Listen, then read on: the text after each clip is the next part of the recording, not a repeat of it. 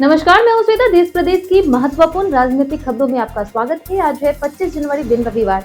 खबरों की ओर बढ़ने से पहले आप किस शहर से हमारा बुलेटिन देख रहे हैं, हमें कमेंट करके जरूर बताएं, जिसके बाद आपका नाम हमारे बुलेटिन के अंत में दिखाया जाएगा।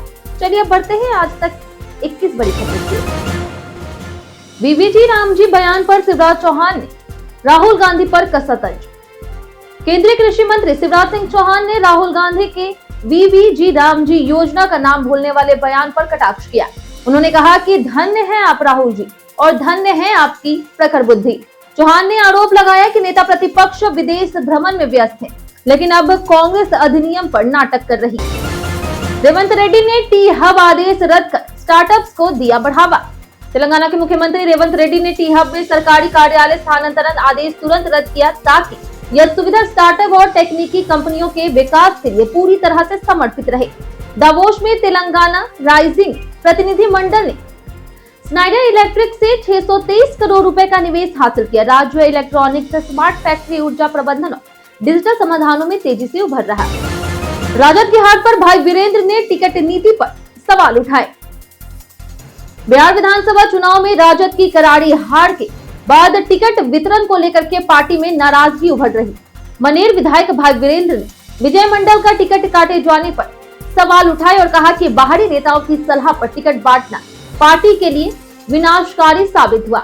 उन्होंने कुछ नेताओं पर चुनावी सत्ता का गलत इस्तेमाल करने का आरोप लगाया। कांग्रेस सांसद थरूर ने ऑपरेशन सिंदूर पर अपनी असहमति जताई। कांग्रेस सांसद शशि थरूर ने ऑपरेशन सिंदूर पर अपना रुख स्पष्ट करते हुए कहा कि भारत सर्वोपरि है। उन्होंने बताया कि उनकी सार्वजनिक असहमति केवल इस मुद्दे पर थी और उन्होंने पार्टी के रुख का उल्लंघन नहीं किया। थरूर ने राष्ट्र हित को प्राथमिकता देते हुए राजनीतिक मतभेदों से ऊपर रहने की बात कही और पार्टी नेतृत्व के भीतर ही अपनी चिंताएं साझा की। स्टालिन ने राज्यपाल रवि के खिलाफ नाराजगी जताई। तमिलनाडु के मुख्यमंत्री एम.के. स्टालिन ने राज्यपाल आर.एन. रवि पर आरोप लगाया है कि वे राज्य सरकार के खिलाफ कार्रवाई कर रहे हैं और बार बार व्यवधान डालते हैं। स्टालिन ने विधानसभा में नाराजगी व्यक्त करते हुए कहा कि देशभक्ति और राष्ट्रगान पर किसी को उन्हें उपदेश देने की जरूरत नहीं है। उन्होंने अपनी सरकार की कल्याणकारी योजनाओं और विकास उपलब्धियों का भी हवाला दिया। एमएनएस नेताओं के शिवसेना समर्थन पर उद्धव ठाकरे नाराज।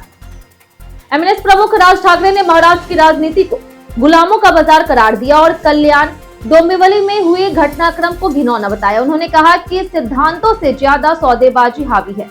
एमएनएस के 5 नगर सेवकों ने शिवसेना को समर्थन दिया, जिससे उद्धव ठाकरे नाराज हुए। राज ने उद्धव से बातचीत कर 20 साल पुरानी दूरी पीछे छोड़ने की बात कही। बेटियों के खिलाफ बढ़ते अपराध पर रोहिणी ने जताई नाराजगी। लालू यादव की बेटी रोहिणी आचार्य ने बिहार के मुख्यमंत्री नीतीश कुमार पर तीखा हमला किया।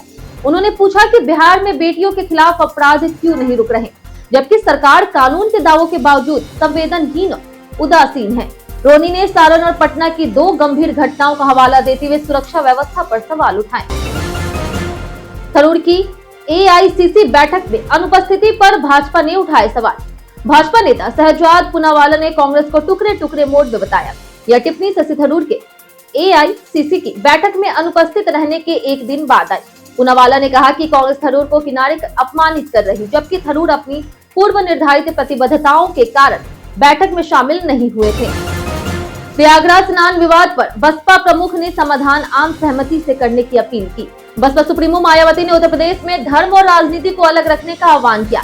उन्होंने कहा कि प्रयागराज में शंकराचार्य स्नान विवाद जैसी घटनाएं संकीर्ण राजनीति लाभ के लिए धर्म को राजनीति से जोड़ने के खतरों को दिखाती है। बसपा प्रमुख ने समाधान आम सहमति और संविधान और कानून के करने पर जोर दिया।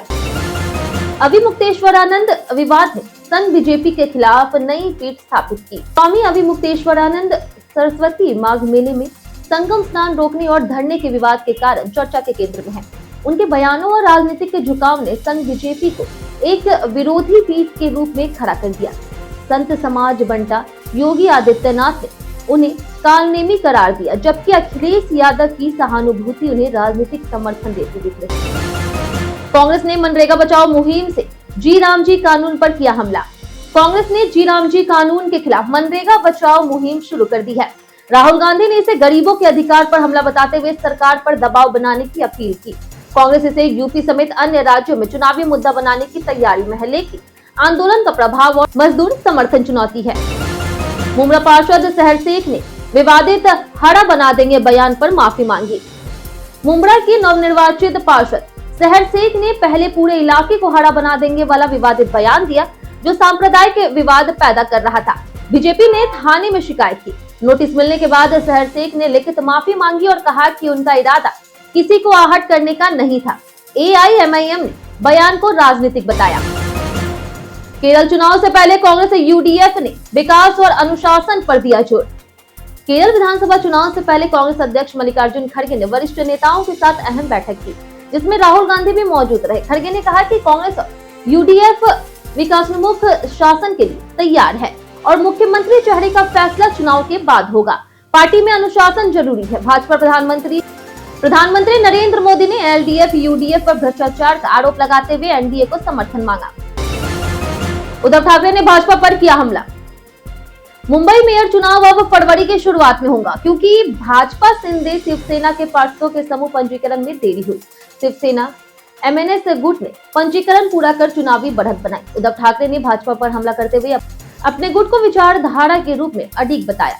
BMC में सत्ता बदलाव के बीच विपक्ष राजनीतिक रूप से मजबूत दिखाई दे रही है। बजट सत्र से पहले रिजिजू ने विपक्षी दलों से की चर्चा। संसदीय कार्य मंत्री किरेन रिजिजू ने बजट 2026-27 से पहले 27 जनवरी को सर्वदलीय बैठक बुलाई है। बैठक में बजट सत्र का एजेंडा तय होगा, जिसमें केंद्रीय बजट 1 फरवरी को पेश होगा। पिछले सत्रों के मुद्दों सीमा शुल्क सुधार और चुनाव सुधार पर भी चर्चा होगी, ताकि सत्र सुचारू रूप से चल सके। प्रधानमंत्री के साथ आदरपूर्ण क्षण ने आसानाथ को किया भावुक। उप महापौर GS आसानाथ ने प्रधानमंत्री नरेंद्र मोदी से मुलाकात के बाद गहरा उत्साह व्यक्त किया। उन्होंने फेसबुक में लिखा कि PM मोदी में सत्ता नहीं बल्कि मानवता, संस्कृति और भारत की आत्मा देखी। आदरपूर्वक पैर छूने के इस क्षण में प्रधानमंत्री ने भी समान भाव दिखाया, जिससे आसानाथ ने जीवन भर की प्रेरणा और आशीर्वाद माना। रामा नायडू ने पूर्व सरकार पर जनता को गुमराह करने का लगाया आरोप। जल संसाधन मंत्री निर्मला रामानायडू ने आरोप लगाया है कि YSRC सरकार ने वेलिगोंडा परियोजना की स्थिति पर जनता को गुमराह किया। उन्होंने कहा कि पूर्व मुख्यमंत्री जगन रेड्डी ने गलत दावा किया था कि परियोजना पूरी हो चुकी है। वर्तमान सरकार ने 18 महीनों में बड़े पैमाने पर लाइनिंग और रिटेनिंग वॉल का काम पूरा किया और सिंचाई शुरू करने से पहले भूमि पूजा करेंगे। तमिलनाडु, केरल, कर्नाटक के राज्यपालों ने सत्र संबोधन देने से किया इनकार। तमिलनाडु, केरल और कर्नाटक के राज्यपालों ने विधायी सत्रों में संबोधन देने से इनकार किया, जिससे संवैधानिक विवाद खड़ा हुआ। संविधान स्पष्ट करता है कि राज्यपाल केवल औपचारिक प्रमुख है और उन्हें निर्वाचित मंत्रिपरिषद की सलाह के खिलाफ निर्णय लेने का अधिकार नहीं है। अदालतों अंतिम उपाय है, लेकिन मौजूदा राजनीतिक माहौल में इसे चुनौती देना कठिन है। ब्रजेश पाठक ने गरीबी और संघर्ष के दिनों को किया याद। उत्तर प्रदेश के उप मुख्यमंत्री ब्रजेश पाठक ने मेरठ में कवि सम्मेलन के दौरान अपने संघर्षमय जीवन को याद करते हुए भावुक हो गए। उन्होंने बताया कि बचपन में उनके पास जूते तक नहीं थे और गरीबी का दर्द खुद महसूस किया है। बाबा साहेब भीमराव अम्बेडकर के विचारों ने उन्हें मार्गदर्शन और पिता समान शक्ति दी, जिसने उन्हें उप मुख्यमंत्री तक पहुंचाया। अखिलेश यादव ने योगी सरकार पर नोएडा और शंकराचार्य मामले में किया हमला।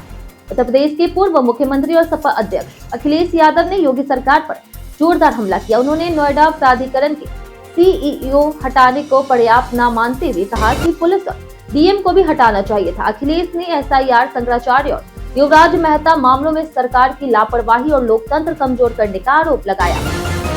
झारखंड कांग्रेस के असंतुष्ट विधायक मल्लिकार्जुन खड़गे से नाराजगी जताई। झारखंड में कांग्रेस के 5 असंतुष्ट विधायक मल्लिकार्जुन खड़गे से मिलने और मंत्रियों की कार्यशैली पर नाराजगी जताई। उन्होंने कहा कि मंत्री उनकी बातों और कामों को गंभीरता से नहीं लेते। मीटिंग में राहुल गांधी, C वेणुगोपाल और अन्य वरिष्ठ नेता मौजूद थे, लेकिन विधायक दल के चयन पर कोई निर्णय नहीं हुआ। बीते दिन आप लोगों में से बहुत लोगों ने हमारे वीडियो को लाइक किया था। जिन्होंने हमारे वीडियो को लाइक किया उनके नाम है भावेश कुमार, इम्तियाज पप्पू, पॉलिस्टी कुमार और कृष्ण सिंह। इसी के साथ बढ़ते आज के सवाल की। आज का सवाल है, क्या आप सरकारी योजनाओं के बारे में जागरूक है या लगता है कि जनता तक सही जानकारी नहीं पहुंचती? आप अपना जवाब हमें हमारे कमेंट सेक्शन में लिखकर जरूर बताएं। ऐसे ही राजनीतिक खबरों के लिए देखते रहें सियासी पीठ। आप अपना जवाब हमें हमारे कमेंट सेक्शन में लिखकर जरूर बताएं। आज के लिए इतना ही। राजनीति से जुड़ी तमाम खबरों के लिए बने रहे सियासी पिच पर। और साथ ही अगर आप यूट्यूब चैनल पर देख रहे हैं तो चैनल को सब्सक्राइब कर दें और अगर फेसबुक पेज पर देख रहे हैं तो लाइक और फॉलो जरूर करें।